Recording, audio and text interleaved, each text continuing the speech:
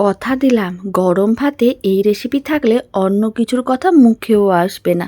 খেতে এতটাই ভালো হয়। প্রথমে একটা কড়াইকে গ্যাসের ওভেনের ওপরে বসিয়ে দিয়েছিলাম, পরিমাণ অনুযায়ী সর্ষের তেল দিয়ে দিলাম, অল্প করে লবণ আর দিয়ে দিলাম হলুদ গুঁড়ো। খুব ভালো করে একসঙ্গে মিশিয়ে নিতে হবে আর তেল গরম করে নিতে হবে।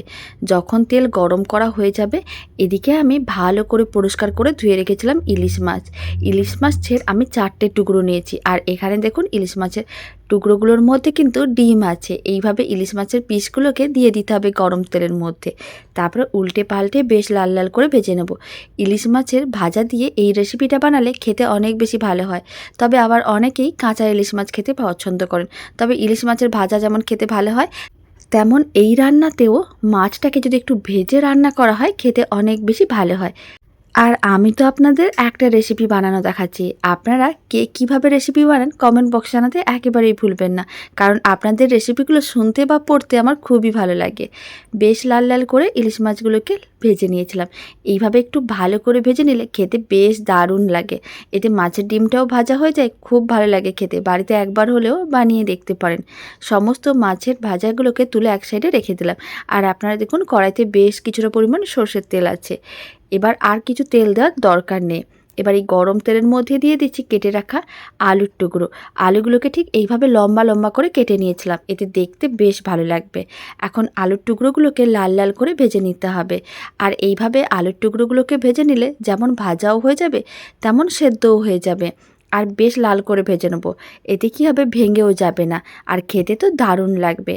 খুব ভালো করে উল্টে পাল্টে লাল লাল করে ভেজে নিচ্ছি। তারপরে আমি আপনাদের দেখাচ্ছি। একটু টাইম নিয়ে ভেজে নেবেন, তাহলে কী হবে, যেমন ভাজাও হয়ে যাবে, তার সঙ্গে সেদ্ধও হয়ে যাবে। আর এরকমই ভেজে নিলে রান্নার স্বাদ দ্বিগুণ হয়ে যাবে। আর যেহেতু আগেই আমি ইলিশ মাছের পিসগুলো ভেজেছিলাম, তাই ওই তেলের মধ্যেই ভাজতে হবে। তাহলে স্বাদ ও গন্ধ দুটোই খুবই ভালো আসবে। আলুর টুকরোগুলোকে ভেজে তুলে রেখে দিলাম। এখন ওই তেলের মধ্যে দিয়ে দিচ্ছি অল্প করে একটু কালো জিরে। আর আমি দিয়ে দিলাম একটা গ্রেট করে রাখা পেঁয়াজটাকে আমি গ্রেটারে গ্রেট করে রেখেছিলাম। আপনারা চাইলে কুচনো পেঁয়াজও দিতে পারেন বা পেঁয়াজ বাটাও দিতে পারেন। এখন কালো জিরের সঙ্গে পেঁয়াজটাকে একটু নাড়াচাড়া করে ভেজে নিতে হবে। তারপরে দিয়ে দিতে হবে অল্প করে একটু হলুদ গুঁড়ো, লঙ্কার গুঁড়ো, আর দিয়ে দিচ্ছি কয়েকটা কাঁচা লঙ্কা। ঝালটা কম বেশি করতে পারেন। এখানে আমি 4টের মতন কাঁচা লঙ্কা দিয়ে দিলাম। সমস্ত মশলাগুলোকে একসঙ্গে খুব ভালো করে মিশিয়ে নিতে হবে। প্রায় 2 মিনিটের মতন নাড়াচাড়া করে মশলাগুলোকে ভেজে নিয়েছিলাম। এখন ভেজে রাখা সমস্ত আলুর টুকরোগুলো দিয়ে দেবো।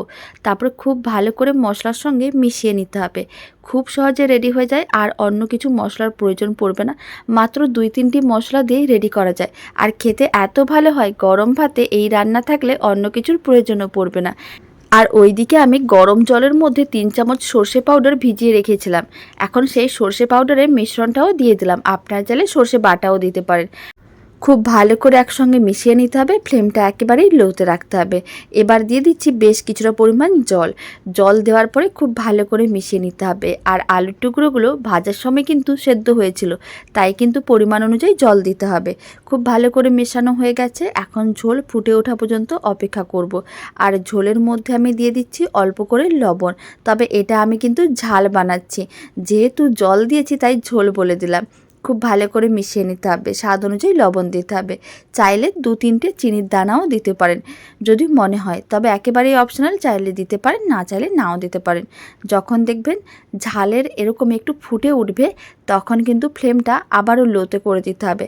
আর ভেজে রাখা ইলিশ মাছের পিসগুলো দিয়ে দিচ্ছি। আর ভেজে যে মাছগুলো রেখেছিলাম তার মধ্যে অল্প একটু তেল ছিল, সেটাও দিয়ে দিলাম। রান্নার যা স্বাদ হয় না, ভীষণ ভালো লাগে। গরম ভাতে অন্য কিছুর প্রয়োজনও পড়ে না। এইভাবে একটু উল্টে পাল্টে নিতে হবে। 5 মিনিটের মতন লো ফ্লেমে রেখে দিতে হবে, তাহলেই রান্নাটা রেডি হয়ে যাবে। আর শেষে অল্প করে একটু সর্ষের তেল ছড়িয়ে দেবো। যে কোনো মাছের ঝালে কাঁচা সর্ষের তেল দিলে স্বাদ ও গন্ধ দুটোই খুবই ভালো আসে। প্রায় 5 মিনিটের মতন এইভাবে লো ফ্লেমে রান্না করে নিতে হবে। এতে মাছের মধ্যে খুব সুন্দর ফ্লেভার আসবে, আর ঝালের মধ্যেও ফ্লেভারটা চলে যাবে। এখন ফ্লেমটা অফ করে অল্প একটু সর্ষের তেল ছড়িয়ে দিলাম। রান্নাটা আপনাদের কেমন লাগলো কমেন্ট বক্স জানাতে একেবারেই ভুলবেন না। ভালো লেগে থাকলে আপনারা যদি ফেসবুক থেকে রেসিপিটা দেখছেন, পেজটিকে ফলো করে নেওয়ার অনুরোধ রইল। আর আপনারা কিভাবে রেসিপি বানান কমেন্ট বক্স জানাতে একেবারেই ভুলবেন না। তো চলুন, ভিডিওটা আমি এখানেই শেষ করছি। আপনারা সবাই ভালো থাকবেন, সুস্থ থাকবেন। আবার আপনাদের সঙ্গে নতুন রেসিপি নিয়ে দেখা হচ্ছে।